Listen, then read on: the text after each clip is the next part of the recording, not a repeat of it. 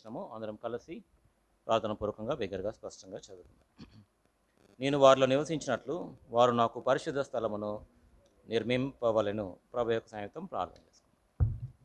మా ప్రేమగల తండ్రి, దయగల దేవ, పరిశుద్ధమైన దేవ, మీ యొక్క ఘనమైన శ్రేష్టమైన పవిత్రమైన నామను బట్టి మీకు స్తోత్రములు చెల్లించుకుంటున్నాం తండ్రి. ప్రభా, ఈ యొక్క సాయంకాల సమయంలో మీ యొక్క సన్నిధిలో చేరి మిమ్మల్ని గురించినటువంటి పాటలు పాడడానికి ఇచ్చినటువంటి ధన్యతను బట్టి స్తోత్రాలు. ప్రభా, మీ యొక్క మందిరం నందు నివసించేవారు ధన్యులు, మీ యొక్క సన్నిధిని అనుభవించేటువంటి వారు ధన్యులు. ప్రభా, మీరు మీ యొక్క సన్నిధిలోనికి నన్ను మమ్మల్ని తోడుకొని వచ్చినందుకే స్తోత్రాలు చెల్లించుకుంటున్నాం తండ్రి. ఈ యొక్క లోకంలో నుంచి మమ్మల్ని విమోచించి మీ యొక్క స్వకీయ సాంపద్యముగా చేసుకున్నారు ప్రభా. క్రీస్తునందు ప్రభా, మమ్మలను యూదులతో పాటు సమాన వారసులను గాను, ఒక శరీరమందలి సాటి అవిములుగాను, వాగ్దానంలో పాలివారులుగా మమ్మల్ని చేసినందుకే స్తోత్రాలు. క్రీస్తు ద్వారానే తండ్రి మాకు పరలోకమును స్వాస్థ్యముగా అనుగ్రహించారు. క్రీస్తు ద్వారానే దేవుని యొక్క రాజ్యంలోనికి మాకు ప్రవేశమును కలుగజేసినందుకై మీకు స్తుతులు చెల్లించుకుంటున్నాం. ప్రభు, యొక్క సమయంలో మీ యొక్క వాక్యాన్ని మేము ధ్యానించిన ఏంటుండగా మాలో ఉన్న ప్రతి ఒక్కరితో మాట్లాడమని ప్రార్థన చేస్తుంటున్నాం. చేరి వచ్చిన బిడ్డలందరిని బట్టి మీకు స్తోత్రాలు చెల్లించుకుంటున్నాం. ఇంకెవరైతే రావాల్సిందో వారిని మీరే త్వరపెట్టి తోడుకొని రావాల్సిందిగా మీకు మొరపెడుతుంటున్నాం. అయోగ్య నా పాత్ర నన్ను మీ శిలువ చాట మరుగుపరచండి, మీ రక్తం చేత కడిగి పరిశుద్ధపరచమని ప్రార్థన చేస్తుంటున్నాం. ఈ యొక్క ఎండవేడిని బట్టి ఎవరైతే అనారోగ్యంగా ఉన్నారో ప్రభావ, మీ యొక్క కరుణాహస్తము చేత వారిని ముట్టండి, స్వస్థపరచండి, వారిని ధైర్యపరచమని మీకు మొరపెడుతుంటున్నాం. మీరే ఆరోగ్యమును ప్రభా, బలమును వారికి దయచేయమని మీకు మొరపెడుతుంటున్నాం. వీళ్ళకి జ్ఞాపకం చేసుకునండి ప్రభా, నన్ను మీ యొక్క సన్నిధిలో జ్ఞాపకం చేసుకునండి. మీ రక్తం చేత కడిగి పవిత్రపరిచి పరిశుద్ధమైన పాత్రగా మీరే వాడుకొనమని మహిమ పొందమని ప్రార్థన చేస్తున్నాం. అదే రీతిగా తండ్రి, ఎక్కడైతే ఇద్దరు ముగ్గురు మీ యొక్క నామం పేరిట కూడి ఉంటారో వారి మధ్యలో ఉంటారని చెప్పారు ప్రభా. ఈ యొక్క సమయంలో అదృశ్యమైన దేవుడుగా మీరు మా మధ్యలో ఉన్నందుకై మీకు స్తుతులు చెల్లించుకుంటున్నాం. వీళ్ళకి జ్ఞాపకం చేసుకున్నామని మీ కృపగల హస్తాలకు అప్పగించుకుంటూ మా ప్రభుని ప్రియరక్షకుడైన యేసుక్రీస్తు వారి నామం పేరిట ప్రార్థించి స్తుతించి వేడుకొంచున్నాం తండ్రి, ఆమేన్. నిర్గమాకాండం 25వ అధ్యాయము 8వ వచనము. నేను వారిలో నివసించినట్లు వారు నాకు పరిశుద్ధ స్థలమును నిర్మింపవలెను. పరిశుద్ధ స్థలము అనేటువంటి అంశమును మనం అధ్యయనం చేస్తూ ఉన్నాం. ప్రత్యక్షపు గుడారము అనేటువంటి అంశం గురించి మనము చూస్తూ ఉన్నాం. ఇందులో మరి ద్వారము గురించి ఇదివరకే మనం అధ్యయనం చేశాము. దాని తర్వాత అందులో ఆవరణములో ఉన్నటువంటి బలిపీఠం గురించి మనము చూస్తూ ఉన్నాం. అందులో దహన బలి గురించి మనం అధ్యయనం చేస్తూ ఉన్నాం. ఈ యొక్క దహన బలిలో మరి ఎవరైతే ఇష్టపూర్తిగా స్వేచ్ఛార్పణగా బలి అర్పించడానికి వస్తారో అటువంటి వారు మరి నిర్దోషమైనటువంటి కోడె దూడను, తర్వాత నిర్దోషమైనటువంటి గొర్రె పిల్లను కానీ, నిర్దోషమైనటువంటి పావురపు పిల్లను కానీ, తెల్ల గువ్వను కానీ వారు తీసుకొని రావాలి. అయితే ఈ నిర్దోషమైనటువంటి కోడె దూడను కానీ, గొర్రెల పిల్లను కానీ తీసుకుని వచ్చినప్పుడు ఆ యొక్క పశువును వధించేటువంటి వారు యాజకులు కాదు. అయితే ఎవరైతే తీసుకొస్తారో వారే ఆ పశువును యెహోవా సన్నిధిలో వారు వధించాలి ద్వారం యొద్ద. తర్వాత ఆ యొక్క రక్తమును లేవీలు తీసుకొని ఆ యొక్క రక్తమును బలిపీఠము మీదను బలిపీఠము చుట్టూ వారు ప్రోక్షిస్తారు. చూడండి, లేవియాకాండం 1వ అధ్యాయము 5వ వచనము. Book of Leviticus chapter 1 and verse 5. అతడు యెహోవా సన్నిధిని ఆ కోడె దూడను వధించిన తర్వాత యాజకులైన అహరోను కుమారులు దాని రక్తమును తెచ్చి ప్రత్యక్ష గుడారం ఎదురున్న బలిపీఠము చుట్టూ ఆ రక్తమును ప్రోక్షింపవలెను. యాజకులైన అహరోను కుమారులు దాని రక్తమును తెచ్చి, కాబట్టి అహరోను కుమారులు యాజకులు ఈ యొక్క రక్తాన్ని తీసుకొని రావాల్సినటువంటి వారు. ఈ యొక్క రక్తము గురించి మనం పోయిన వారము ఆరంభించాము. ఈ యొక్క రక్తము విషయమై మనం కొన్ని ప్రాముఖ్యమైన విషయాలు చూసాము. అందులో రక్తము దేహమునకు ప్రాణమై ఉంది. దాని విషయమై ఆదికాండము 9వ అధ్యాయంలో, తర్వాత లేవియాకాండం 17వ అధ్యాయంలో మనం ఇదివరకే పోయిన వారము చూసాము. రక్తము దేహమునకు ప్రాణమై ఉంది. అయితే మన ప్రభువైన యేసుక్రీస్తు మన కొరకై ప్రాణమును దారపోయడానికి ఈ లోకానికి వచ్చాడు. అది ఎట్లాంటి రక్తమో మనం చూసాం. ఆ యొక్క రక్తము అది క్రొత్త నిబంధన రక్తమై ఉంది. తర్వాత ఆ రక్తము నిత్య నిబంధన రక్తమై ఉంది. ఆ యొక్క రక్తము అమూల్యమైనటువంటి రక్తము. తర్వాత ఆ రక్తము ఆ, పరిశుద్ధమును నిర్దోషమును అయిన గొర్రెపిల్ల వంటి క్రీస్తు రక్తం. కాబట్టి ఈ యొక్క 4 రకాలుగా ప్రభువైన యేసుక్రీస్తు యొక్క రక్తాన్ని మనము చూసాం. తర్వాత ప్రభువైన యేసుక్రీస్తు అంటాడు, ఇట్ ఈస్ మై బ్లడ్, ఇది నా రక్తము అని అంటాడు. దీని విషయమై మనము మత్తయి సువార్తలో కూడా చూడగలము. తర్వాత 1 కొరింథీ పత్రిక 11వ అధ్యాయంలో కూడా ప్రభువైన యేసుక్రీస్తు అంటాడు. చూడండి, 1 కొరింథీ పత్రిక 11వ అధ్యాయము 25వ వచనము. ఆ ప్రకారమే భోజనమైన పిమ్మట ఆయన పాత్రను ఎత్తుకొని, ఈ పాత్ర నా రక్తము వలననైన క్రొత్త నిబంధన, మై బ్లడ్, నా రక్తము అని ప్రభువైన యేసుక్రీస్తు చెప్తాడు అపొస్తలుడైన పౌలుతో. It is my blood. ప్రభువైన యేసుక్రీస్తు తన యొక్క సొంత రక్తాన్ని ఆయన మన కొరకై కార్చినాడు. తర్వాత అపొస్తలుల కార్యంలో మనం చూడగలం, మన ప్రభువైన యేసుక్రీస్తు తన యొక్క రక్తాన్ని మన కొరకై కార్చాడు. అపొస్తలుల కార్యములు 20వ అధ్యాయము, Acts of the Apostles chapter 20 and verse 28. అపొస్తలుల కార్యములు 20వ అధ్యాయము 28వ వచనము. దేవుడు తన స్వరక్తమిచ్చి సంపాదించిన తన సంఘమును కాయుటకు. దేవుడు తన స్వరక్తమిచ్చి, మనకు తెలుగు బైబిల్లో 4 అని రాసి కింద రాశారు ప్రభువు. కాబట్టి ఈ యొక్క రక్తము ఎట్లాంటి రక్తం అంటే it is the blood of God, దేవుని యొక్క రక్తము. ఇది ఎట్లాంటి రక్తం అంటే ప్రభువు రక్తము, ప్రభువు రక్తం. కాబట్టి ఈ యొక్క రక్తం ఎట్లాంటిదో మనం చూస్తూ ఉన్నాం. క్రొత్త నిబంధన రక్తము, నిత్య నిబంధన రక్తము, అమూల్యమైనటువంటి రక్తము, పరిశుద్ధమును నిర్దోషమైన గొర్రె పిల్ల వంటి క్రీస్తు రక్తము, నా రక్తము అని ప్రభువైన యేసుక్రీస్తు అంటాడు. ఇక్కడ మనం చూస్తాము దేవుని రక్తం. దేవుడు తన స్వరక్తమిచ్చి తర్వాత ప్రభువు రక్తము అనేటువంటిది మనము చూడగలం. తర్వాత తన స్వరక్తం, హెబ్రీ పత్రిక 13వ అధ్యాయంలో కూడా అక్కడ స్వరక్తము అనేటువంటి మనం చూస్తాం. ప్రభు తన యొక్క స్వరక్తాన్ని మన కొరకే కార్చాడు.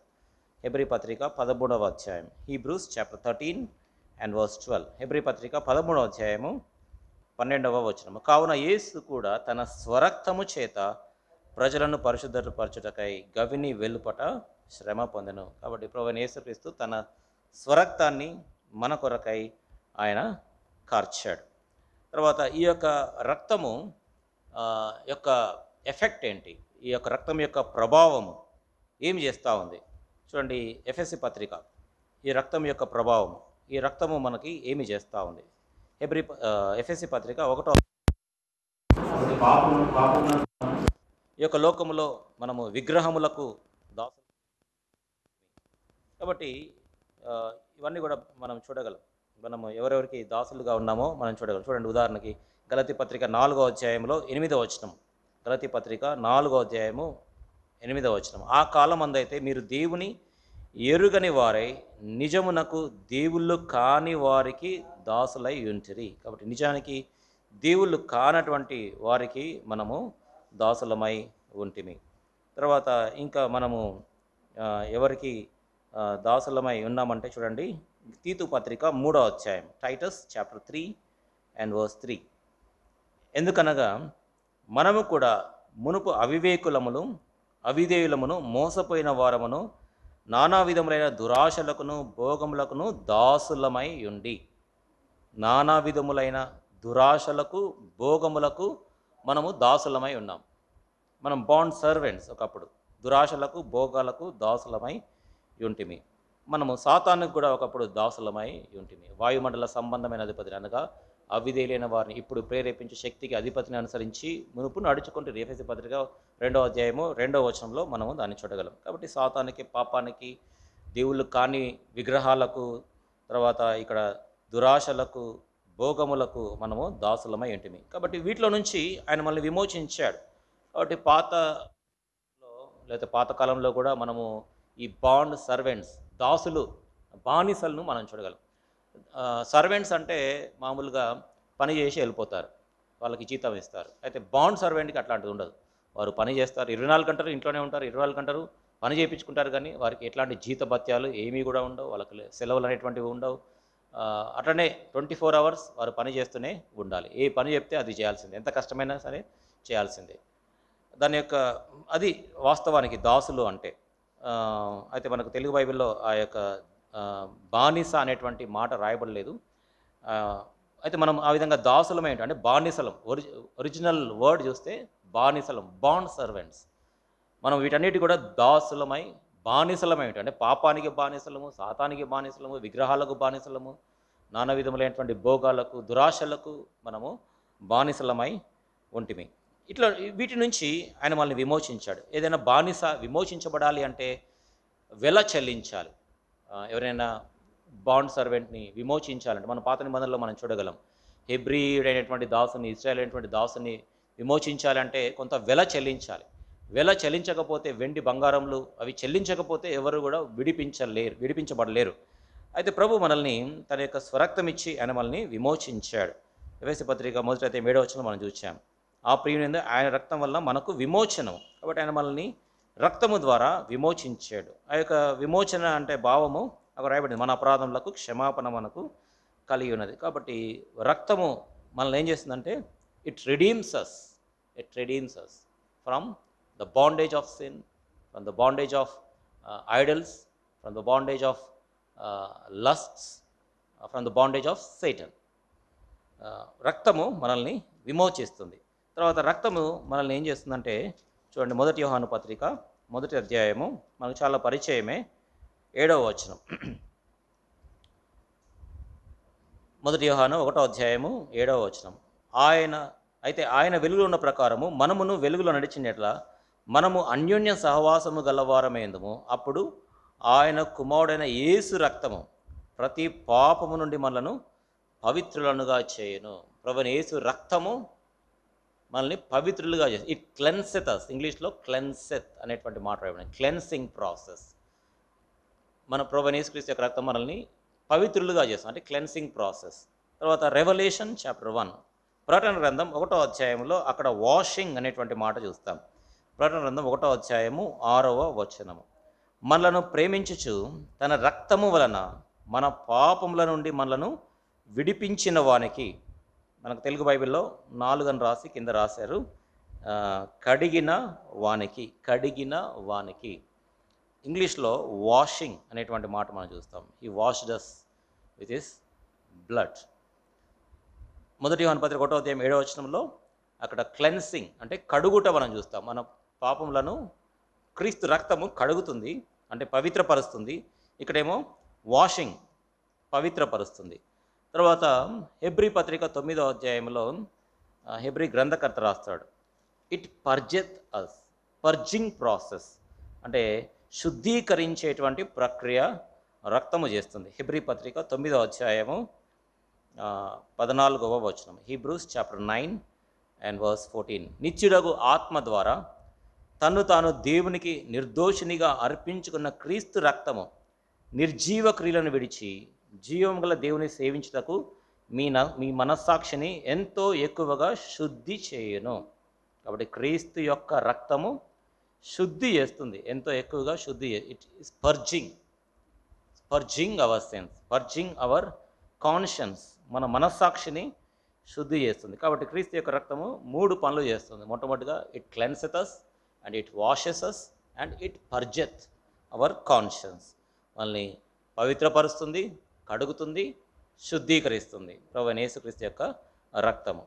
తర్వాత ప్రభువైన యేసుక్రీస్తు యొక్క రక్తము ఇంకా ఏమి చేస్తుంది చూడండి. ఎఫెసీ పత్రిక 2వ అధ్యాయంలో, ఎఫెసీ పత్రిక 2వ అధ్యాయము 13వ వచనం. ఎఫెసీ పత్రిక 2వ అధ్యాయము 13వ వచనం. ఆయనను మునుపు దూరస్తులైన మీరు ఇప్పుడు క్రీస్తు యేసునందు క్రీస్తు రక్తం వలన సమీపస్తులై ఉన్నారు. క్రీస్తు రక్తము వలన సమీపస్తులము. 5వ వచనంలో చూస్తే చూడండి, ఎఫెసీ పత్రిక 2వ అధ్యాయము 11-12 వచనాలు. కాబట్టి మునుపు శరీర విషయంలో అన్యజనులై ఉండి శరీరమందు చేతితో చేయబడిన సున్నతి గల వారనబడిన వారి చేత సున్నతి లేని వారనబడిన మీరు ఆ కాలమందు ఇశ్రాయేలుతో సహపారులు కాక పరదేశులను, వాగ్దాన నిబంధన లేని పరజనులను, నిరీక్షణ లేని వారును, లోకమందు దేవుడు లేని వారిని ఉండి క్రీస్తుకు దూరస్తులైనని జ్ఞాపకం చేసుకున్నది. కాబట్టి మన యొక్క స్థితి రక్షణ పొందక మునుపు, రక్షణ పొందినటువంటి ఎవరైనా కానీ అన్యజనులు ప్రాముఖ్యంగా వారందరూ మరి క్రీస్తుకు దూరస్తులై ఉన్నారు. కాబట్టి సున్నతి లేనటువంటి వారు, పరజనులు, వాగ్దాన నిబంధనలు లేనటువంటి వారు, తర్వాత దేవుడు లేనటువంటి వారు, తర్వాత క్రీస్తుకు దూరస్తులమై ఉంటిమి.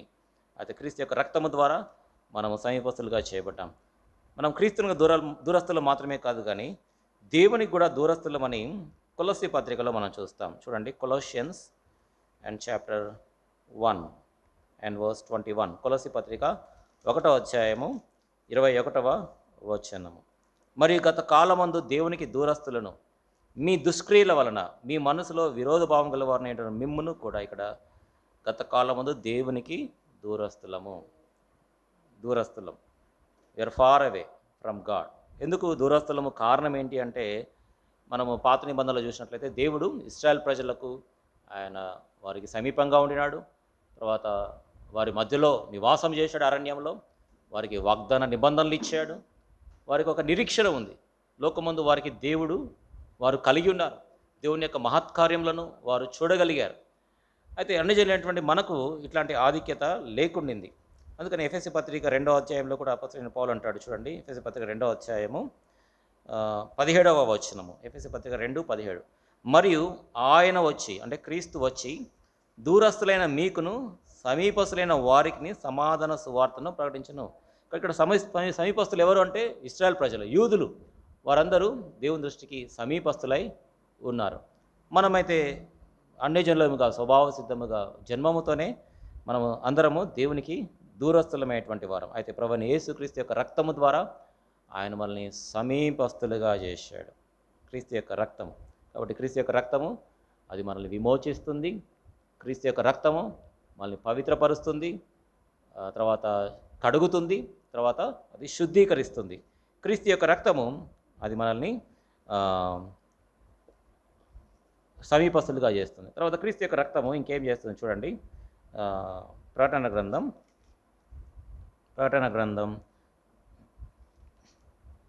7వ అధ్యాయము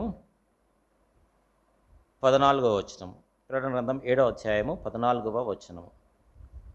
అందుకు నేను, అయ్యా నీకే తెలియననగా అతడు ఇలాగు నాతో చెప్పెను, వీరు మహాశ్రమల నుండి వచ్చిన వారు గొర్రెపిల్ల రక్తములో తమ వస్త్రములను ఉదుకొని వాటిని తెలుపు చేసుకునిరి. గొర్రెపిల్ల రక్తములో తమ వస్త్రములను ఉదుకొని వాటిని తెలుపు చేసుకునిరి. కాబట్టి గొర్రెపిల్ల రక్తం ఏం చేస్తుందంటే మన యొక్క వస్త్రములను అది తెలుపు చేస్తుంది. కాబట్టి మనకు రక్షణ పొందిన తర్వాత ఎట్లాంటి వస్త్రములు మనకు ఇవ్వబడ్డాయో మనకు బాగా పరిచయమే. యెషయా గ్రంథములో మనం చూడగలం. మనకు అక్కడ రక్షణ వస్త్రము, నీతి వస్త్రము అనేటువంటిది మనం చూస్తాం. చూడండి, యెషయా గ్రంథం ఎన్నో అధ్యాయం, మనకి ఎట్లాంటి వస్త్రాన్ని ప్రభు మనకు అనుగ్రహించాడు. యెషయా గ్రంథం 61 61వ వచనం, 61వ అధ్యాయము 10వ వచనం. యెషయా గ్రంథం 61వ అధ్యాయము 10వ వచనం. శృంగారమైన పాగా ధరించుకున్న పెండ్లి కుమారుని రీతిగాను, ఆభరణములతో అలంకరించుకున్న పెండ్లి కుమార్తె రీతిగాను ఆయన రక్షణ వస్త్రములను నాకు ధరింపజేసి ఉన్నాడు. నీతి అను పైబట్టను నాకు ధరింపజేసి ఉన్నాడు. కాబట్టి నీతి అను పైబట్ట, తర్వాత రక్షణ వస్త్రములను ప్రభు మనకు అనుగ్రహించాడు. తర్వాత ఇంకెట్లాంటి వస్త్రాలు ఇచ్చాడు? ఇదే అధ్యాయము 3వ వచనంలో, సియోన్లో దుఃఖించు వారికి ఉల్లాస వస్త్రములు ధరింపజేయుటకును. తర్వాత మధ్యలో భావభరితమైన ఆత్మకు ప్రతిగా స్తుతి వస్త్రమును. కాబట్టి స్తుతి వస్త్రము, ఉల్లాస వస్త్రములు, రక్షణ వస్త్రములు, నీతి వస్త్రములను ప్రభు మనకు అనుగ్రహించాడు. అంతేకాదు ఆయన మనకు ప్రశస్తమైనటువంటి వస్త్రమును కూడా అనుగ్రహించాడు. లూకాసు వార్తలో అక్కడ తప్పిపోయినటువంటి కుమారుడు ఇంటికి తిరిగి వచ్చిన తర్వాత ఆ కుమారునికి తండ్రి ప్రశస్త వస్త్రమును ఆయన తొడిగింపజేశాడు. చూడండి, లూకాసు వార్త 15వ అధ్యాయం. లూకాసు వార్త 15వ అధ్యాయము 22వ వచనము. లూకాసు వార్త 15వ అధ్యాయము 22వ వచనము. అయితే తండ్రి తన దాసులను చూచి ప్రశస్త వస్త్రము త్వరగా తెచ్చి వీనికి కట్టి, ప్రశస్త it's a precious cloth or precious vesture, ప్రశస్త వస్త్రాన్ని ప్రభువు ఆయన మనకు అనుగ్రహించాడు. తర్వాత మనము జకర్యా గ్రంథములో అక్కడ యెహోషువ గురించి మనం చూస్తాం. అక్కడ యెహోషువ మలిన వస్త్రములు తాను ధరించిన వాడై నిలబడి ఉంటాడు. చూడండి, జకర్యా గ్రంథము 3వ అధ్యాయం. జకర్యా గ్రంథం 3వ అధ్యాయము 3వ వచనం. జకర్యా గ్రంథం 3వ అధ్యాయం 3వ వచనము. యెహోషువ మలిన వస్త్రములు ధరించిన వాడై దూత సముఖములో నిలువబడి ఉండగా.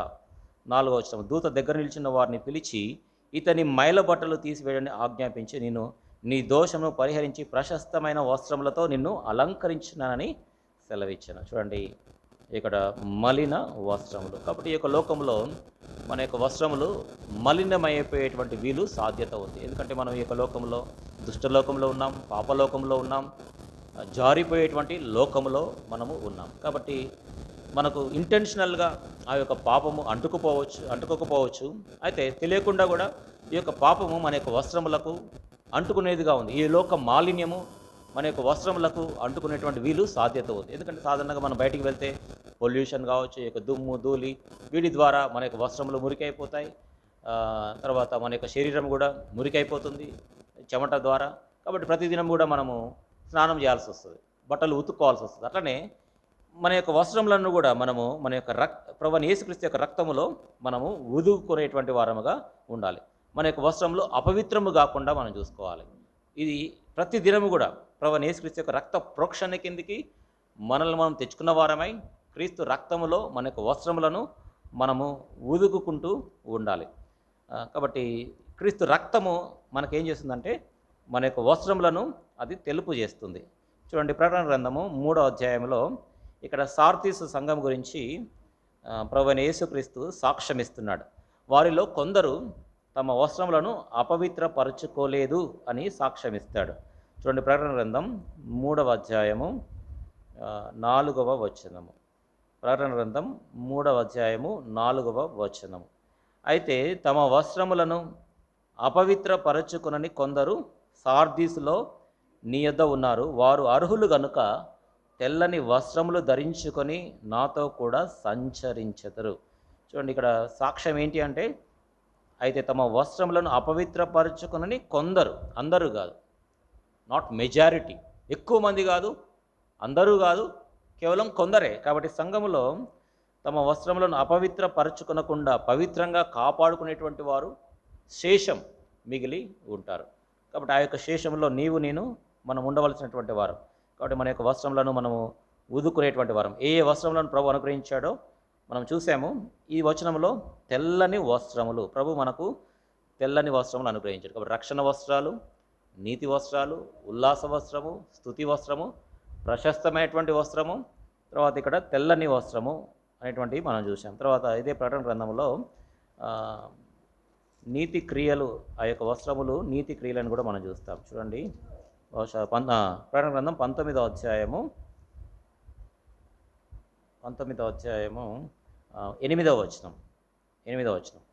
మరియు ఆమె ధరించుకున్నటకు ప్రకాశములను నిర్మలమునైన సన్నపు నార బట్టలు ఆమెకి ఇవ్వబడెను. అవి పరిశుద్ధుల నీతి క్రియలు.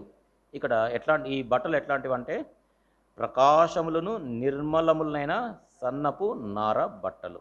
కాబట్టి ఇట్లాంటి వస్త్రములను ప్రభు మనకు అనుగ్రహించాడు. ఈ యొక్క వస్త్రములను కాపాడుకునేటువంటి బాధ్యత, పవిత్రంగా ఉంచుకునేటువంటి బాధ్యత మన పైన ఉంది. కాబట్టి మనము ప్రభువైన యేసుక్రీస్తు యొక్క రక్తంలో ప్రతి దినము కూడా మనం కడగబడుతూ ఉండాలి.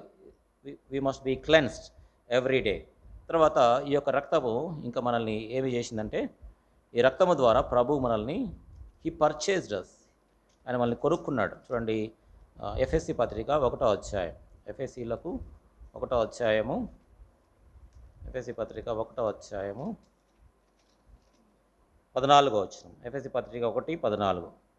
దేవుని మహిమకు కీర్తి కలుగుటకై ఆయన సంపాదించుకున్న ప్రజలకు విమోచనము కలుగు నిమిత్తము ఈ ఆత్మ మన స్వాస్థ్యమునకు సంచకరువుగా ఉన్నాడు. ఇక్కడ ఆయన మనల్ని సంపాదించుకున్నాడు. ఎలా సంపాదించుకున్నాడు అంటే ప్రకటన గ్రంథంలో మనం చూస్తాం. చూడండి, ప్రకటన గ్రంథం 5వ అధ్యాయం, రెవల్యూషన్ చాప్టర్ 5. ప్రకటన గ్రంథం 5వ అధ్యాయము 9-10 వచనాలు. ప్రకటన గ్రంథం 5వ అధ్యాయము 9-10 వచనాలు. ఆ పెద్దలు, నీవు ఆ గ్రంథమును తీసుకొని దాని ముద్రలను విప్పుటకు యోగ్యుడవు, నీవు వధింపబడిన వాడవై నీ రక్తం ఇచ్చి ప్రతి వంశములోను ఆయా భాషలు మాట్లాడు వారిలోను ప్రతి ప్రజలోను ప్రతి జనములోను దేవుని కొరకు మనుషులను కొని, దేవుని కొరకు మనుషులను కొన్నాడు. ఎట్లా కొన్నాడు? ఆయన వధింపబడ్డాడు, తర్వాత రక్తం ఇచ్చాడు. ఆయన వధింపబడి రక్తమిచ్చి కాబట్టి ఆయన రక్తమిచ్చి, తర్వాత తెలుగులో రెండని రాసి కింద రాయబడింది రక్తముతో మనుషులను కొని. He purchased us with his own blood. తన యొక్క రక్తము ద్వారా ఆయన మనల్ని సంపాదించుకున్నాడు. అందుకనే మనము కొరింథీ పత్రికలో మనం చూస్తాం, మీరు విలువ పెట్టి కొనబడిన వారు. చూడండి, కొరింథీలో రాసిన 1వ పత్రిక 6వ అధ్యాయము 19-20 వచనాలు. 1 కొరింథీ పత్రిక 6వ అధ్యాయము 19-20 వచనాలు. మీ దేహము దేవుని వలన మీకు అనుగ్రహింపబడి మీలోనున్న పరిశుద్ధాత్మకు ఆలయమై ఉన్నదని మీరు ఎరుగరా? మీరు మీ సొత్తు కారు, విలువ పెట్టి కొనబడిన వారు గనుక మీ దేహముతో దేవుని మహిమపరచుడి. కాబట్టి ఆయన మనల్ని కొన్నాడు, ఆయన మనల్ని సంపాదించాడు, విలువ పెట్టి కొన్నాడు. కాబట్టి మీరు మీ సొత్తు కారు. కాబట్టి మనము మన సొత్తు కాదు. ఒకప్పుడు మనం పాపమునకు దాసులము, సాతానికి దాసులము, తర్వాత విగ్రహాలకు దాసులము, లోక భోగాలకు దురాశలకు మనం దాసులమై ఉంటేమి, బానిసలం. అట్లాంటి బానిసలైనటువంటి మనల్ని ఆయన రక్తమిచ్చి కొన్నాడు, కొనుక్కున్నాడు. ఎవరైతే కొనుక్కుంటారో మనం వారికి దాసులము, వారికి బానిసలమై ఉన్నాం. అందుకని ఆయన మనల్ని కొనుక్కున్నాడు. కాబట్టి ఇప్పుడు మనము దేవునికి దాసులమై ఉన్నాం. చూడండి, రోమపత్రిక 6వ అధ్యాయము 22వ వచనం. రోమీలకు 6వ అధ్యాయము 22వ వచనం. ఆయనను ఇప్పుడు పాపము నుండి విమోచింపబడి దేవునికి దాసులైనందున. కాబట్టి దేవునికి మనం దాసులమైన, ఎందుకంటే ఆయన కొనుక్కున్నాడు, ఆయన మనల్ని కొనుక్కున్నాడు. He purchased us with his own blood. తన యొక్క రక్తము చేత కొన్నాడు. కాబట్టి ఒకప్పుడు సాతానికి దాసులము, పాపానికి దాసులము, విగ్రహాలకు దాసులము, దురాశలకు దాసులము. ఇప్పుడైతే దేవునికి మనము దాసులమై ఉన్నాం. అయితే అంతేకాకుండా మనము క్రీస్తునకు దాసులమై ఉన్నాం. కొలస్సీ పత్రిక 3వ అధ్యాయం, కొలోషియన్స్ అండ్ చాప్టర్ 3. కొలస్సీ పత్రిక 3వ అధ్యాయం, కొలసీలకు 3వ అధ్యాయము 23-24 వచనాలు చివరిలో, మీరు ప్రభువైన క్రీస్తునకు దాసులై ఉన్నారు. ప్రభువైన క్రీస్తునకు దాసులై ఉన్నారు. కాబట్టి మనము క్రీస్తునకు దాసులమై ఉన్నాము. తర్వాత ఎఫెసీ పత్రికలో కూడా దీన్ని చూడగలం. ఎఫెసీ పత్రిక 6వ అధ్యాయము 6వ వచనం. Ephesians chapter 6 and verse 6. ఎఫెసీ పత్రిక 6వ అధ్యాయం 6వ వచనం. మనుషులను సంతోషపెట్టువారు చేయనట్లు కంటికి కనబడటకే కాక క్రీస్తు దాసులమని ఎరిగి. మనము క్రీస్తునకు దాసులమై ఉన్నాం. ఇక్కడ దాసుల గురించి రాయబడింది. 5వ వచనం మొదలుకొని 8వ వచనం వరకు దాసులు అంటే పాత దినాల్లో దాసత్వం ఉండేది. బాండ్ సర్వెంట్స్ ఉండేటువంటి వారు, గతంలో చెప్పినట్లుగా దాసులు ఉండేటువంటి వారు, కామన్గా ఉండేటువంటి వారు. కేవలం ఈ యొక్క బాండ్ సర్వెంట్స్ అనేటువంటిది, ఈ యొక్క బానిసత్వం అనేది ఒక 100 ఏళ్ల క్రితమో 150 ఏళ్ల క్రితమో అది తీసివేయబడింది. ఇప్పుడు ఏ దేశంలో కూడా బాండ్ సర్వెంట్స్, ఈ యొక్క బానిసలు అనేటువంటివి, ఈ యొక్క తత్వం తీసేశారు. లేదు, మన యొక్క దేశంలో కూడా తీసేశారు. వెస్ట్రన్ కంట్రీస్లో ఎక్కువగా, అమెరికాలో, తర్వాత ఆఫ్రికా నుంచి చాలామంది బానిసలను కొనుక్కునేటువంటి వారు. అబ్రహాం లింకన్ ఆ బానిసల కొరకు, బాండ్ సర్వెంట్స్ కొరకై చాలా పోరాడాడు. దాని ద్వారానే ఆయన చంపబడ్డాడు తర్వాత. అయితే ఈ యొక్క బానిసలు వాళ్ళు కూడా మనుషులే, వారికి కూడా సమాన హక్కు ఇవ్వాలని పోరాడినటువంటి వారు చాలామంది ఉన్నారు. కాబట్టి ఒక 100-150 ఏళ్ల క్రితం వరకు ఈ బానిసత్వం అనేటువంటిది కామన్గా ఉండేటువంటిది. అందుకనే ఈ యొక్క బానిసలకు యజమానులకు అపొస్తలుడైన పౌలు పత్రిక రాశాడు. అయితే చూడండి, ఎఫెసీ పత్రిక 6వ అధ్యాయం 5వ వచనం మొదలుకొని 9వ వచనం వరకు దాసులు, యజమానులు ఏ విధంగా ప్రవర్తించాలి, దాసులు ఏ విధంగా ప్రవర్తించాలో వ్రాశాడు. ఇక్కడ మరి సంఘ పెద్దలు, తర్వాత విశ్వాసుల గురించి ఇక్కడ వ్రాయబడలేదు. సంఘ పెద్దలు వాళ్ళ ఏదో యజమానులని, లేకపోతే దైవ సేవకులు వాళ్ళ యజమానులని, విశ్వాసులు ఏదో వాళ్ళ ఏదో దాసులు, అట్లా కానే కాదు. చాలామంది దీన్ని మిస్ఇంటర్ప్రిట్ చేస్తూ ఉన్నారు, ఆ విధంగా తప్పుడుగా అర్థం చేసుకుంటూ ఉన్నారు. ఇక్కడ దాసులు అంటే, యజమానులకు దాసులు అంటే పాత దినాల్లో బానిసత్వం ఉండేది, యజమానులు ఉండేటువంటి వారు. కాబట్టి ఆ బానిసలకు వారు ఏ విధంగా విధేయత చూపించాలో అపొస్తలుడైన పౌలు రాశాడు. తర్వాత కొలస్సీ పత్రికలో అదే విషయాన్ని మనం చూడగలం. చూడండి, కొలస్సీ పత్రిక 3వ అధ్యాయము 22వ వచనం మొదలుకొని 4వ అధ్యాయము 1వ వచనం వరకు ఎఫెసీ పత్రికలో ఏమైతే రాశాడో అదే విషయాలు ఇక్కడ తాను మరలా ప్రస్తావించాడు. కొలస్సీ పత్రిక 3వ అధ్యాయము 22వ వచనం మొదలుకొని 4వ అధ్యాయం 1వ వచనం వరకు అక్కడ దాసులు తర్వాత యజమానుల గురించి వ్రాయబడింది. ఎందుకంటే మరి యజమానులు ఆ దినాల్లో బానిసల్ని చాలా క్రూరంగా చూసేవారు. వారికి ఏమాత్రం విశ్రాంతి ఇచ్చేవారు కాదు. వారిని కొట్టేటువంటి వారు, కొట్టినా కానీ వారికి రక్తం వచ్చినా కానీ ఎట్లాంటి కేసులు ఉండవు, వారికి ఎట్లాంటివి ఏవి ఉండవు. కొంతమంది తిరుగుబాటు చేసేటువంటి వారు దాసులు, కొంతమంది పారిపోయేటువంటి వారు, మరల పట్టుకునేటువంటి వారు. వారిలో మనము ఒనేసీము గురించి కూడా మనం చూస్తాం. ఫిలోమోన్ పత్రికలో అక్కడ ఒనేసీము చూడండి, ఫిలోమోన్ పత్రికలో అక్కడ ఒనేసీము తాను కూడా దాసుడై ఉన్నాడు. ఫిలోమోన్ పత్రిక తీతుకు తర్వాత ఉంటుంది, హెబ్రీకి మునుపు.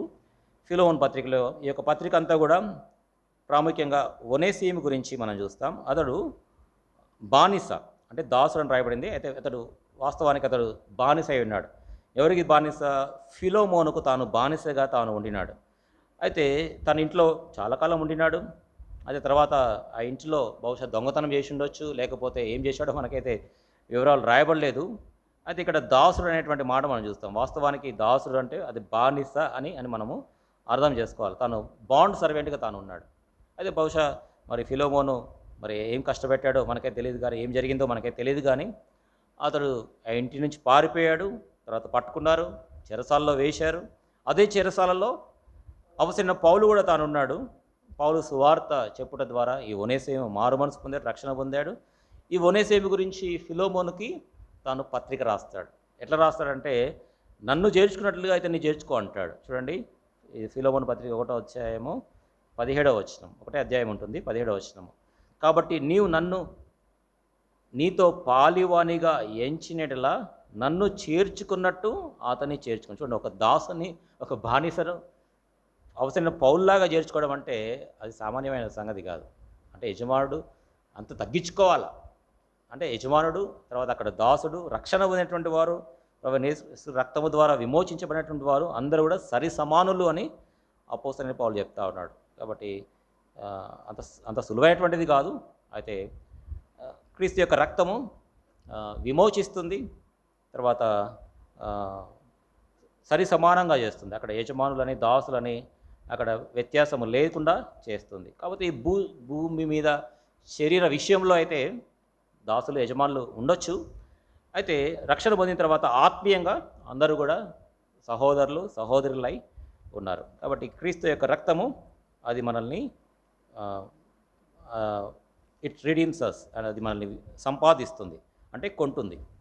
తర్వాత క్రీస్తు యొక్క రక్తం ఇంకేం చేస్తుంది చూడండి. ఇదే ప్రకటన గ్రంథం 5వ అధ్యాయం, Revelation chapter 5 and verse 9 and 10 మనం ఇందాక చదివాము. ప్రకటన గ్రంథం 5వ అధ్యాయము 9, 10 వచనాలు మధ్యలో, నీవు వధింపబడిన వాడవై నీ రక్తం ఇచ్చి ప్రతి వంశములోను ఆయా భాషలు మాట్లాడే వారిలోను ప్రతి ప్రజలను ప్రతి జనములోను దేవుని కొరకు మనుషులను కొని మా దేవునికి వారిని ఒక రాజ్యముగాను యాజకులనుగాను చేసితివి. దేవుడు మనల్ని తన యొక్క రక్తము ద్వారా ఏం చేశాడంటే రాజ్యముగా చేశాడు, తర్వాత యాజకులుగా చేశాడు. ఆయన రాజులైన యాజక సమూహంగా ఆయన చేశాడు. కాబట్టి ప్రభువైన యేసుక్రీస్తు రక్తం ఏం చేస్తుందంటే దేవుని యొక్క రాజ్యములో ప్రవేశించేటట్టుగా చేస్తుంది, దేవుని యొక్క సన్నిధిలోనికి ప్రవేశించేటట్టుగా చేస్తుంది. యేసు రక్తము మనల్ని యాజకులుగా చేస్తుంది. కాబట్టి మనం చాలా పరిచయం, పేతురు రాసిన పత్రికలో మనకు బాగా పరిచయం. మొదటి పేతురు పత్రిక 2వ అధ్యాయము 9వ వచనములో, అయితే మీరు చీకటిలోని ఆశ్చర్యకరమైన తన వెలుగులోనికి మిమ్మల్ని పిలిచిన వాని గుణాతిశయములను ప్రచురం చేయ నిమిత్తము ఏర్పరచబడిన వంశమును, రాజులైన యాజక సమూహమును, పరిశుద్ధ జనమును, దేవుని సొత్తైన ప్రజలనై ఉన్నారు. కాబట్టి క్రీస్తు యొక్క రక్తం ఏం చేస్తుందంటే ఆయన మనల్ని రాజులుగా చేస్తుంది, యాజకులుగా చేస్తుంది, దేవుని యొక్క రాజ్యముగా చేస్తుంది. కాబట్టి క్రీస్తు యొక్క రక్తం యొక్క ప్రభావాన్ని మనం చూస్తాము. కాబట్టి క్రీస్తు యొక్క రక్తము అది మనల్ని విమోచిస్తుంది, అది మనల్ని పవిత్రపరుస్తుంది, కడుగుతుంది, శుద్ధీకరిస్తుంది. తర్వాత క్రీస్తు యొక్క రక్తము మనల్ని ఇంకేం చేస్తుంది? సమీపస్తులుగా చేస్తుంది. తర్వాత క్రీస్తు యొక్క రక్తము ఇంకేం చేస్తుంది? వస్త్రములను పవిత్రపరుస్తుంది. మన యొక్క వస్త్రములను. క్రీస్తు యొక్క రక్తం ఇంకేం చేస్తుంది? సంపాదిస్తుంది, మనల్ని కొంటుంది. తర్వాత క్రీస్తు యొక్క రక్తము రాజ్యముగా, యాజకులుగా మనల్ని చేస్తుంది. ఈ యొక్క రాజ్యము, దేవుని యొక్క రాజ్యం గురించి, క్రీస్తు యొక్క రాజ్యం గురించి మనం గతంలో చాలాసార్లు చూసాము. ఎందుకంటే దేవుడు తన యొక్క రాజ్యాన్ని ఈ యొక్క భూమిపైన స్థాపించాడు. ఇదివరకు ఇప్పుడే దేవుని యొక్క రాజ్యం కూడా ఇప్పుడు కూడా ఉంది. దానియేలు గ్రంథం 2వ అధ్యాయం 44వ వచనం ప్రకారముగా ఆ కాలంలో, ఆ రాజుల కాలంలో దేవుడు, పరలోకమందలి దేవుడు ఒక రాజ్యమును స్థాపించును. ప్రభువైన యేసుక్రీస్తు దేవుని యొక్క రాజ్యాన్ని స్థాపించడానికి వచ్చాడు. పరలోక రాజ్యం సమీపించి ఉన్నది కనుక మారు మనసు పొందిరని ప్రభువైన యేసుక్రీస్తు ప్రకటించాడు. అది యూదులు, ఇశ్రాయేల్ ప్రజలు అడిగారు, దేవుని యొక్క రాజ్యం ఎప్పుడు వస్తుంది అంటే ప్రభువైన యేసుక్రీస్తు అంటాడు, దేవుని యొక్క రాజ్యము ప్రత్యక్షముగా కాదు, మీ మధ్యలోనే ఉంది అని చెప్తాడు. కాబట్టి అక్కడ ప్రభువైన యేసుక్రీస్తు ఉన్నాడు, రక్షించబడినటువంటి శిష్యులు ఉన్నారు, అక్కడ విశ్వాసులు ఉన్నారు. అది ఒక చిన్న రాజ్యముగా ప్రభు స్థాపించాడు. ఇప్పుడు ఈ యొక్క రాజ్యము విస్తరింపజేయబడతా ఉంది. ప్రతి దేశంలో కూడా ఈ యొక్క రాజ్యం ఉంది. ఈ యొక్క రాజ్యము సంఘానికి గుర్తుగా ఉంది. కాబట్టి ఈ యొక్క రాజ్యములో ప్రభు మనల్ని ప్రవేశింపజేశాడు. తర్వాత ఆయన మనల్ని యాజకులుగా చేశాడు. ప్రకటన గ్రంథము మనము యాజకత్వం చేసేటువంటి వారముగా ఉంటాం. చూడండి, ప్రకటన గ్రంథం 20వ అధ్యాయము 6వ వచనం, రెవల్యూషన్ చాప్టర్ 20:6. ఈ మొదటి పునరుద్ధానంలో పాలుగల వారు ధన్యులను, పరిశుద్ధులైందరు.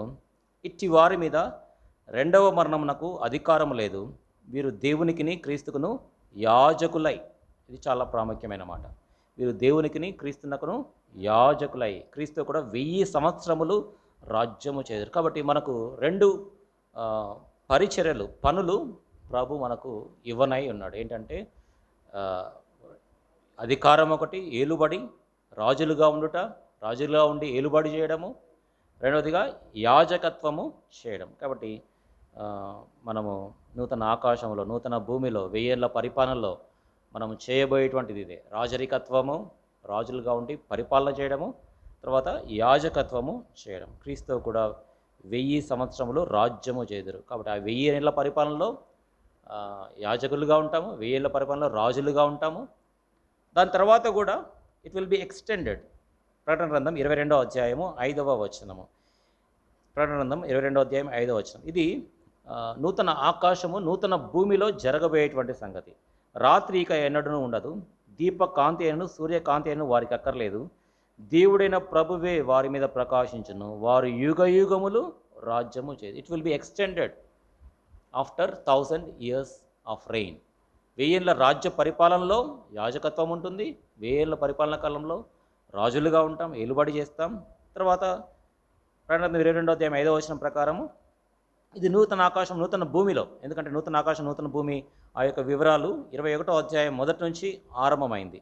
కాబట్టి అందులో మనము యుగ యుగములు రాజ్యము చేయనై ఉన్నాం. కాబట్టి ఆయన మనల్ని రాజులైన యాజక సమూహంగా, రాజ్యముగాను యాజకులుగా ఆయన మనల్ని చేశాడు. రక్తం యొక్క ప్రభావం.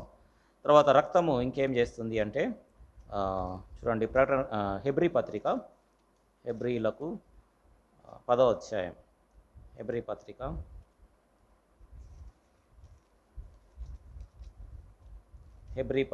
10వ అధ్యాయము 19-20 వచనాలు. హెబ్రీలకు 10, 19, 20 వచనాలు. సహోదరులారా, యేసు మన కొరకు ప్రతిష్ఠించిన మార్గమున, అనగా నూతనమైనదియు జీవం గలదియు ఆయన శరీరమును తెర ద్వారా ఏర్పరచబడిన మార్గమున ఆయన రక్తము వలన పరిశుద్ధ స్థలం నందు ప్రవేశించుటకు మనకు ధైర్యము కలిగి ఉన్నది గనుకను. పరిశుద్ధ స్థలం నందు ప్రవేశించినట్టుగా చేసింది క్రీస్తు యొక్క రక్తం. చూడండి, ప్రత్యక్షపు గుడారంలో కేవలం లేవీలు మాత్రమే ప్రవేశించాలి. తర్వాత అహరోను కుమారులు మాత్రమే అతి పరిశుద్ధ స్థలంలోనికి ప్రవేశించగలరు. తర్వాత అతి పరిశుద్ధ స్థలంలోనికి అహరోను ఒక్కడే, ప్రధాన యాజకుడు ఒక్కడే సంవత్సరానికి ఒక్కసారి మాత్రమే రక్తంను చేతపుచ్చుకొని పోవాలి. అయితే అట్లాంటిది ప్రభు మనకి ఎట్లాంటి అధికారం ఇచ్చాడంటే అతి పరిశుద్ధ స్థలంలోనికి, ఇక్కడ మనకి పరిశుద్ధ స్థలం అని రాయబడింది. ఇంగ్లీష్లో హోలియెస్ట్ అనేటువంటి మాట చూస్తాం. హోలియెస్ట్ ఆఫ్ హోలీస్, హోలియెస్ట్ అంటే అతి పరిశుద్ధ స్థలం. అతి పరిశుద్ధ స్థలంలోనికి అంటే దేవుడు ఉన్నటువంటి స్థలంలోనికి ఈ యొక్క రక్తం మనల్ని తీసుకొని వెళ్తూ ఉంది. కాబట్టి ఆవరణము కాదు, పరిశుద్ధ స్థలము కాదు, అతి పరిశుద్ధ స్థలంలోనికి క్రీస్తు యొక్క రక్తము మనల్ని తీసుకొని వెళ్తుంది, ప్రవేశము కలగజేస్తూ ఉంది క్రీస్తు యొక్క రక్తం. కాబట్టి క్రీస్తు యొక్క రక్తం అయితే ఎడ్ల యొక్క కోడెల యొక్క రక్తము ఎవరిని కూడా ఇట్లాంటి పరిశుద్ధ స్థలంలోనికి తీసుకొని వెళ్ళలేకపోయింది. పాత నిబంధన అంతటా కూడా మనం చూస్తే కేవలం అక్కడ వరకే, ఆవరణ వరకు ఉండేటువంటి వారే. కానీ పరిశుద్ధ స్థలంలోనికి, అతి పరిశుద్ధ స్థలంలోనికి వెళ్ళేటువంటి ఆధిక్యత మనకు లేదు. అయితే మనము ఈ రక్తము ద్వారా అతి పరిశుద్ధ స్థలంలోనికి వెళ్ళడానికి ప్రభు మనకు యాక్సెసింగ్, ప్రవేశమును ప్రభు మనకు కలుగజేస్తూ ఉన్నాడు. ఒక దినమున దేవునితో మనం ముఖాముఖిగా మాట్లాడినై ఉన్నాం. ప్రకటన గ్రంథం మనం గతంలో కూడా చూసి ఉంటాం. ప్రకటన గ్రంథం 21వ అధ్యాయం, రెవల్యూషన్ చాప్టర్ 21 and verse 3. ప్రకటన గ్రంథం 21వ అధ్యాయం 3వ వచనం. అప్పుడు ఇదిగో దేవుని నివాసము మనుషులతో కూడా ఉన్నది, వారాయనతో కాపురం ఉందురు, వారాయన ప్రజలయందురు, దేవుడు తానే వారికి తోడై ఉండి వారికి దేవుడై ఉండి వారికి తోడై ఉండును, ఆయన వారి కనుల ప్రతి బాష్ప బిందువును తుడిచి వేయును. చూడండి, దేవునితో నివాసము, దేవునితో కాపురము, తర్వాత దేవుడు మనకు తోడై ఉంటాడు, తర్వాత ఆయనే దేవదూత కాదు, పరిశుద్ధులు కాదు, లేకపోతే 24 పెద్దలు కాదు, కానీ ఆయనే మన యొక్క కనుల ప్రతి బాష్ప బిందును తుడిచివేస్తాడు. అంటే ముఖాముఖిగా మనం చూస్తాం. ఇప్పుడు మీరు నన్ను ఎట్లా చూస్తున్నారో, నేను మిమ్మల్ని ఎట్లా చూస్తా ఉన్నానో అలాగే మనం దేవుని చూడనై ఉన్నాం, దేవుని యొక్క సన్నిధిలో ఉండనై ఉన్నాం, దేవునితో ముచ్చటించినై ఉన్నాం, దేవునితో సహవాసం కలనై ఉన్నాం, దేవునితో నివాసము చేయనై ఉన్నాం. అది ఎట్లా సాధ్యం అంటే కేవలం క్రీస్తు యొక్క రక్తము ద్వారానే. క్రీస్తు యొక్క రక్తము లేకుండా ఎవరు కూడా దేవుని యొక్క సన్నిధిలోనికి ప్రవేశించలేరు, ఇంపాసిబుల్. కాబట్టి క్రీస్తు యొక్క రక్తము అతి పరిశుద్ధ స్థలంలోనికి ప్రవేశించుటకు మనకు యాక్సెసింగ్, ప్రవేశము కలగజేసింది క్రీస్తు రక్తము ద్వారానే. తర్వాత ఇంకొక విషయాన్ని మనం చూసి ముగిస్తాం. క్రీస్తు యొక్క రక్తం ఇంకేం చేసిందంటే చూడండి, ప్రకటన గ్రంథం 12వ అధ్యాయం, రెవల్యూషన్ చాప్టర్ 12 and verse 11. ప్రకటన గ్రంథం 12వ అధ్యాయము 11వ వచనము, book of Revelation chapter 12 and verse 11.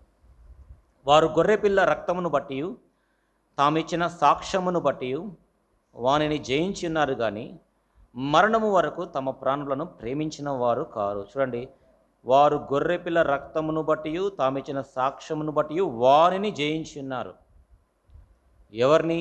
పై వచనంలో చూస్తే ఘట సర్పము మనం చూస్తాం. 7వ వచనం మొదలుకొని 10వ వచనం వరకు అక్కడ ఘట సర్పము. ఏంటి ఘట సర్పం అంటే? ఆది సర్పం అని పేరు 9వ వచనంలో. ఏంటి ఆది సర్పం అంటే? 10వ వచనంలో అపవాది, సాతాన్ని మనం చూస్తాం. కాబట్టి సాతాన్ని ఎట్లా మనం జయించగలుగుతున్నామంటే గొర్రెపిల్ల రక్తమును బట్టి, తామిచ్చిన సాక్ష్యమును బట్టి వానిని జయించి ఉన్నారు. కాబట్టి క్రీస్తు యొక్క రక్తం ఏం చేస్తుందంటే సాతాను పైన విజయము పొందేటట్టుగా చేస్తుంది. సాతాను పైన విజయం, సాతాను పైన మనకు విజయం. అందుకనే నాకు చిన్నప్పుడు మా అమ్మ చెప్పేది, అంటే చీకట్లో పోయేటప్పుడు కానీ ఒంటరిగా వెళ్ళేటప్పుడు ఏసు రక్తమే జయం, ఏసు రక్తమే జయం అనేట్టు ఒకటి నేర్పించింది. అది నేను చాలా సంవత్సరాలు అది అప్లై చేశాను.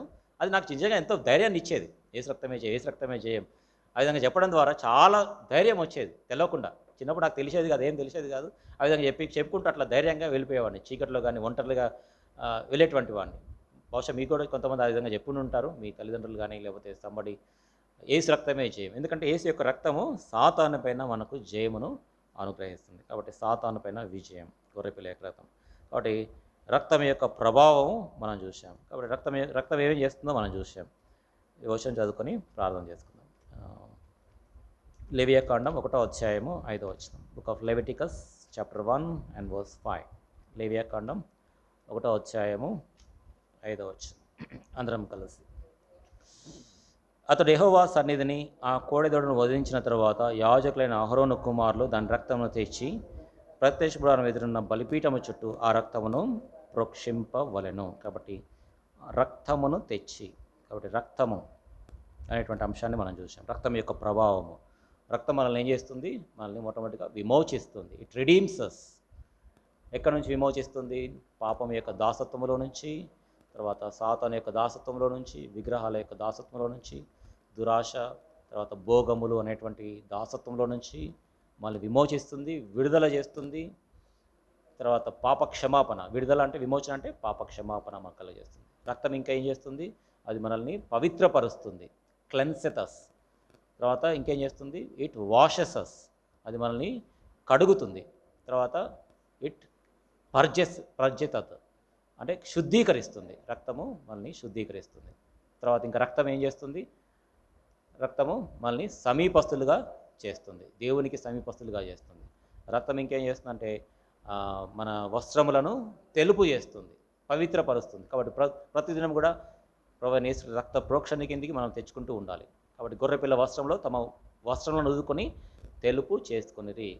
కాబట్టి సార్దీసు సంఘం గురించి మనం చూసాం. కొందరే, శేషం, అందరూ కాదు, ఎక్కువ మంది కూడా కాదు, కొందరే తమ వస్త్రములను అపవిత్రపరుచుకొని కొందరు సార్దీసులో ఉన్నారు. కాబట్టి ప్రభు నీ గురించి నా గురించి కూడా అట్లాంటి సాక్ష్యము ప్రభు మనకి ఇవ్వాలి. ఎందుకంటే ప్రభు మనకు ఎట్లాంటి వస్త్రాలు ఇచ్చారో మనం చూసాం. నీతి వస్త్రము, రక్షణ వస్త్రము, స్తుతి వస్త్రము, ఉల్లాస వస్త్రము, ప్రశస్త వస్త్రము, తర్వాత నిర్మలమును ప్రకాశములైనటువంటి నార వస్త్రములు, తెల్లని వస్త్రములు ప్రభు మనకు అనుగ్రహించాడు. ఆ యొక్క వస్త్రాలని మనము తెలుపు చేసుకునేటువంటి బాధ్యత ఉంది. అపవిత్రపరచుకోకుండా మన ప్రభు యొక్క రక్తంలో మనము ఎల్లప్పుడూ కూడా కడగబడుతూ ఉండాలి. అపవిత్రపరచుకోకుండా మనకు ఉండాలి. మనకు తెలిసి తెలియకుండా అపవిత్రత వస్తుంది. ఈ విధంగా మనం బయటికి వెళ్తే పొల్యూషన్ వల్ల మన యొక్క వస్త్రాలు మలినమైపోతాయో, అదే రీతిగా మనం కూడా రక్తం చేత కడగబడాలి. దాని గురించి యెహోషువ గురించి కూడా చూసాం. తన యొక్క వస్త్రాలు మలినమైపోయాయి, అయితే తాను తర్వాత పవిత్రపరచబడ్డాడు. తర్వాత ఇంకా రక్తం ఏం చేస్తుంది? రక్తము మనల్ని సంపాదిస్తుంది. ఇట్ పర్చేజెస్ అస్, మనల్ని సంపాదిస్తుంది. కాబట్టి మీరు విలువ పెట్టి కొనబడిన వారు, ఆయన మనల్ని కొన్నాడు, రక్తము ద్వారా ఆయన మనల్ని సంపాదించాడు. తర్వాత రక్తం ఏం చేస్తుంది? ఆయన మనల్ని ఒక రాజ్యముగాను యాజకులుగా చేశాడు. కాబట్టి రాజులైన యాజక సమూహముగా ఆ యొక్క రక్తము చేస్తుంది. తర్వాత ఏం చేస్తుంది? ఆయన యొక్క సన్నిధిలోనికి, అతి పరిశుద్ధ స్థలంలోనికి ప్రవేశించేటువంటి ఆధిక్యత, అట్లాంటి ప్రవేశాన్ని మనకు కలగజేస్తుంది. పాత నిబంధనలో ఎన్నో వధించబడ్డాయి, గొర్రెలు, తర్వాత మేకలు, ఎడ్లు చాలా వధించబడ్డాయి, చాలా రక్తం చిందించబడింది. కానీ ఏ రక్తమైనా కానీ, ఏ కోడె యొక్క రక్తం కానీ, మేక యొక్క రక్తం కానీ, సాధారణమైనటువంటి మనుషుని, ఇశ్రాయేలీయుడైనా కానీ, యూదుడైనా కానీ అతి పరిశుద్ధ స్థలంలోనికి ప్రవేశించేటువంటి ఆధిక్యత లేనే లేదు. కేవలం అహరోను ఒక్కడే, ప్రధాన యాజకుడు ఒక్కడే అందులోనికి ప్రవేశించేటువంటి వీలు సాధ్యత ఉంది.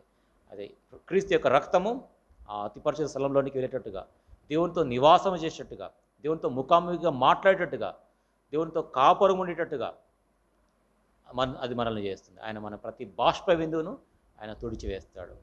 దగ్గరి సంబంధాన్ని మనం ఒక దినంన ప్రభుతో కలగనై ఉన్నాం. తర్వాత రక్తం ఏం చేస్తుంది? సాతాను పైన మనకు విజయమును దయచేస్తుంది. కాబట్టి రక్తమును మనం కోరుకుంటూ ఉండాలి. ఏసు రక్తమే జయం, ఏసు రక్తమే జయం. అది మనకు ధైర్యాన్ని ఇస్తుంది, చాలా ఎక్కలేనటువంటి ధైర్యాన్ని ఇస్తుంది. సాతాను పైన మనకు విజయము అనుగ్రహిస్తుంది. ఏదైనా భయపడతా ఉన్నప్పుడు ఈ విధంగా మనం చెప్పుకుంటే మంచిది. It's a very good practice. ఏసు రక్తమే జయం, ఏసు రక్తమే జయం.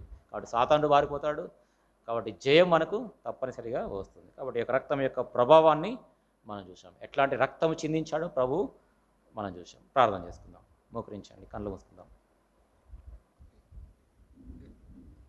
మా ప్రేమగల తండ్రి, పరిశుద్ధమైన తండ్రి, ప్రభా, పాత నిబంధనలో చిందించబడినటువంటి రక్తము యొక్క వెలుగులో క్రీస్తు యొక్క రక్తం గురించి ప్రభా మీ యొక్క వాక్యంలో వ్రాయబడిన ప్రకారము ప్రభా కొన్ని ప్రాముఖ్యమైన విషయాలు మానవ హద్దుబాటులతో చూడగలిగాం. ప్రభా ఈ యొక్క రక్త ప్రభావము మా పైన మీరు ఉంచినందుకే స్తోత్రాలు. ఆ రక్తము ద్వారానే మాకు విడుదల, విమోచన, ప్రభా బానిసత్వము నుంచి విమోచించారు, పాప క్షమాపణ మాకు అనుగ్రహించారు, దేవునికి సమీపస్తులుగా, క్రీస్తుకు సమీపస్తులుగా మమ్మల్ని చేశారు. ఆ రక్తము ద్వారా ప్రభా మమ్మల్ని పవిత్రపరచి, పరిశుద్ధపరచి, కడిగి, శుద్ధీకరించి, ఆ రక్తము ద్వారా మమ్మల్ని కొనుక్కొని, సంపాదించుకొని, ఆ రక్తం ద్వారా ఒక రాజ్యముగా ప్రభా, ఒక యాజకులుగా మమ్మల్ని చేశారు. ఆ యొక్క రక్తము ద్వారా అతి పరిశుద్ధ స్థలములోనికి, దేవుని యొక్క సన్నిధిలోనికి, దేవుని యొక్క రాజ్యములోనికి, పరలోక రాజ్యములోనికి ప్రవేశించడానికి ప్రభా ప్రవేశమును మాకు కలగజేశారు.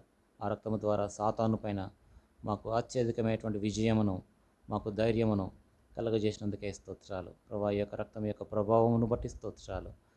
ప్రభా ఈ యొక్క అమూల్యమైన రక్తము, క్రొత్త నిబంధన రక్తము, ప్రభా నిత్య నిబంధన రక్తము, గొర్రెపిల్ల వంటి క్రీస్తు రక్తమును బట్టి మీకు స్తుతులు చెల్లించుకుంటున్నాం. ఆ యొక్క రక్తాన్ని ఇప్పుడు కూడా మాకు అందుబాటులో ఉంచారు. ఆ రక్తము ద్వారా మా యొక్క వస్త్రములను ప్రభా తెలుపు చేసుకోవడానికి మాకు అవకాశం ఇస్తున్నందుకే స్తోత్రాలు. మేము మరొకసారి మీ యొక్క రక్త ప్రోక్షణని కిందకి తెచ్చుకుంటున్నాం ప్రభా. ఆ యొక్క శేషములో ఆ కొందరు అనేటువంటి గుంపులో మేము ఉండడానికి సాయం అనుగ్రహించండి.